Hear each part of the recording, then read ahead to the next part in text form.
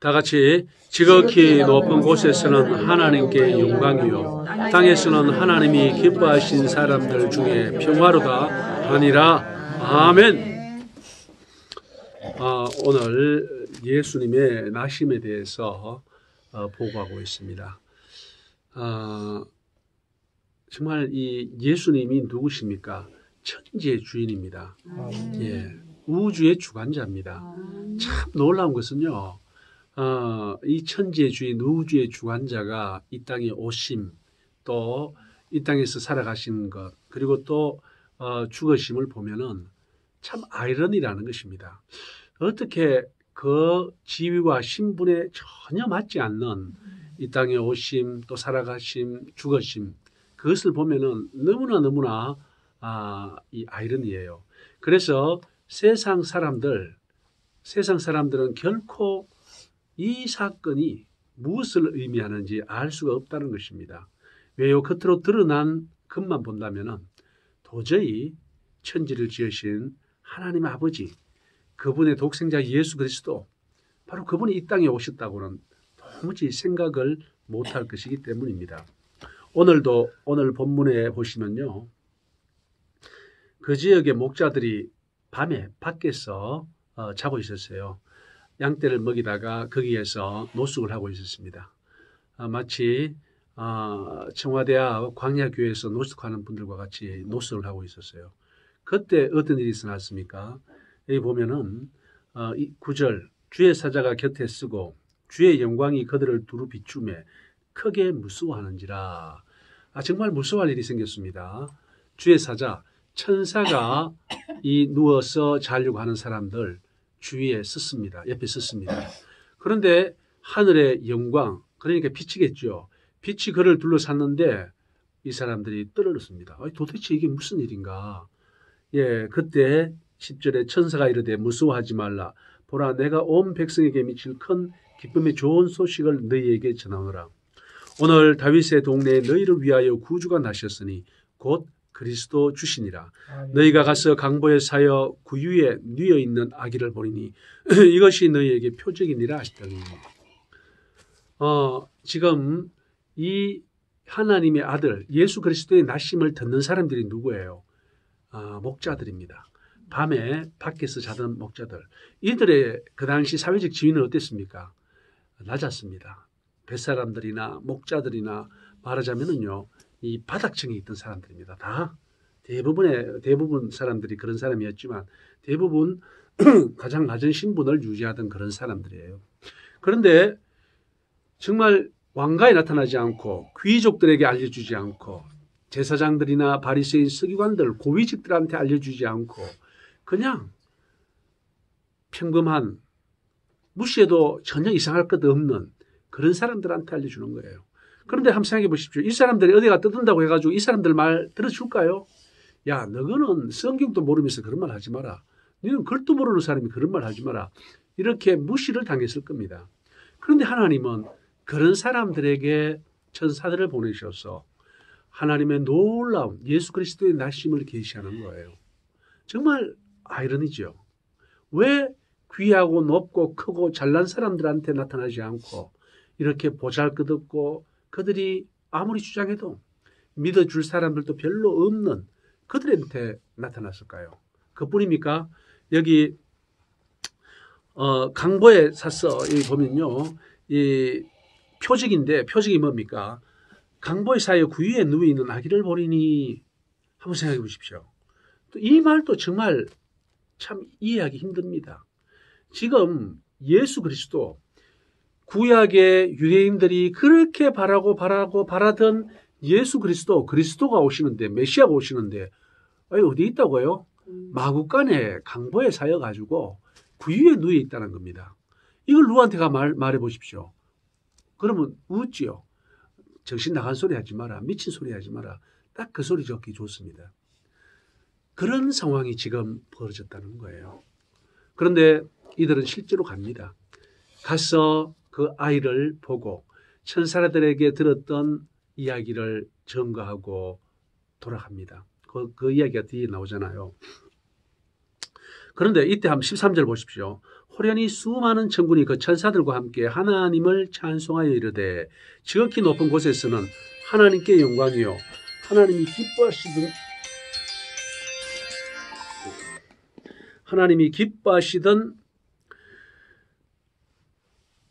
기뻐하신 사람들 중에 평화로다. 그렇게 말씀하십니다. 그런데 정말 사람들 생각으로는 이해도 할 수 없고 도저히 논리에도 맞지 않는 그러한 일이 하나님께서 하신 일이고, 또 이들은 무엇을 봤습니까? 여기 소련이 수많은 천군이라 했습니다. 자, 천군이 뭡니까? 그것도 천사입니다. 천군도 천사예요. 천군이 있었는데 어떻게 있었을까요? 땅에 도열했을까요? 그렇지 않을 겁니다. 천군답게 하늘에 도열했을 겁니다.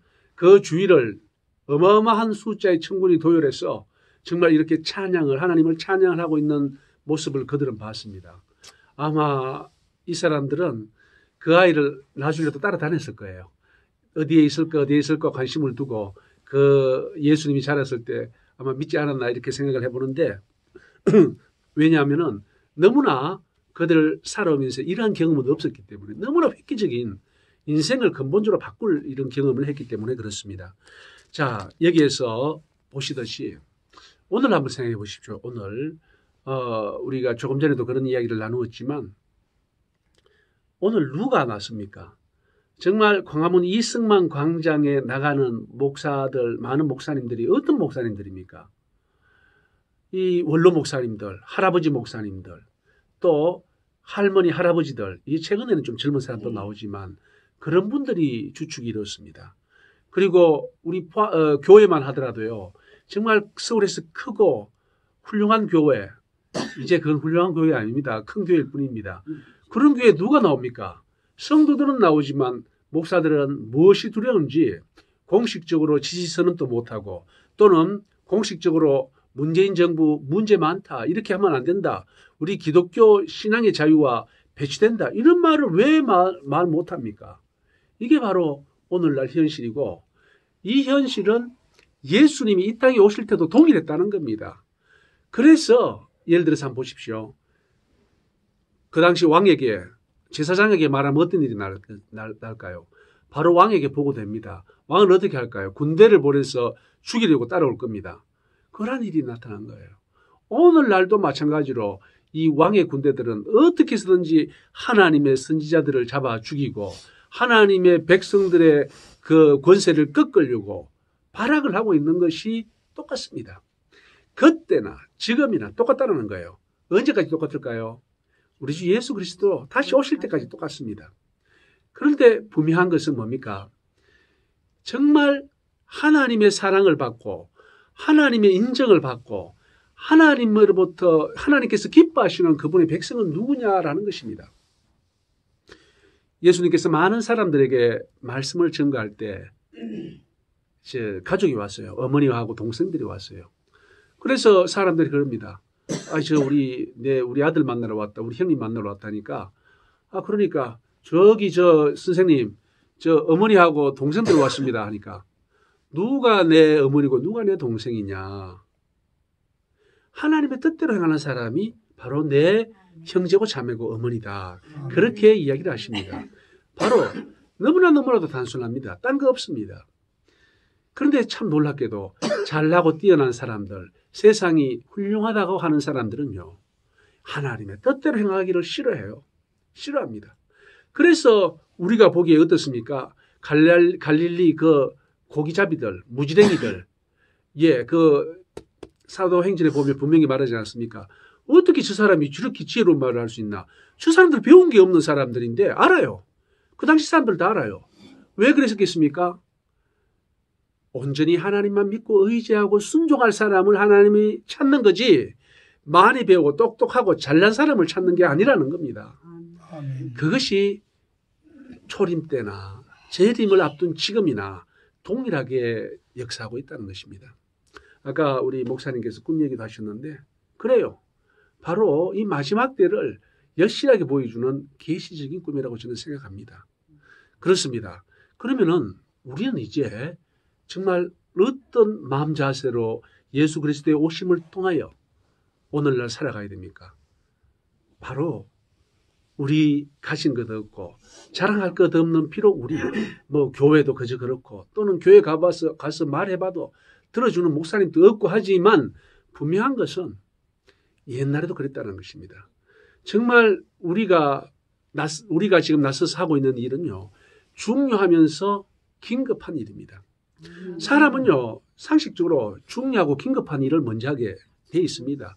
그런데 우리가 지금 하고 있는 이 자유민주주의 수요, 신앙의 자유수, 마침내 예수 한국을 이루고 복음 통일을 이루고 선교 한국을 이루려는 이 가장 중차대한 문제가 지금 잘못하면은 아예 무의화될 수 있는 위기에 처해 있다는 것입니다. 그게 뭡니까?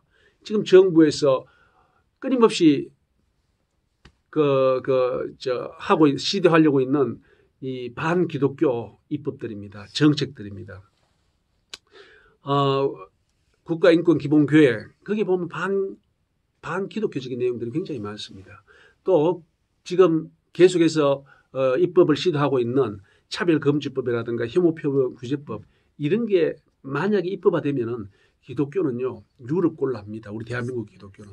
그러니까 지금 가장 긴급하고 중요한 문제는 현 정부가 끊임없이 또는 좌파 사회주의자들이 끊임없이 시도하고 있는 이것들을 막아내는 겁니다. 그런데 어디에 정신이 팔려 있습니까? 하나님의 마음은 여기 가 있는데 지금 다 어디에 정신이 팔려 있습니까? 바로 그런 사람들이 이 초림 때에 왕궁이며 잘난 사람들이며 많이 배운 사람들이었습니다. 그래서 하나님은 거기에 말해봐도 소용없는 거예요. 콧방귀를 켜고 말도 안 되는 소리는 하지 말고 오히려 잡아 죽이려고 하죠. 그래서 가장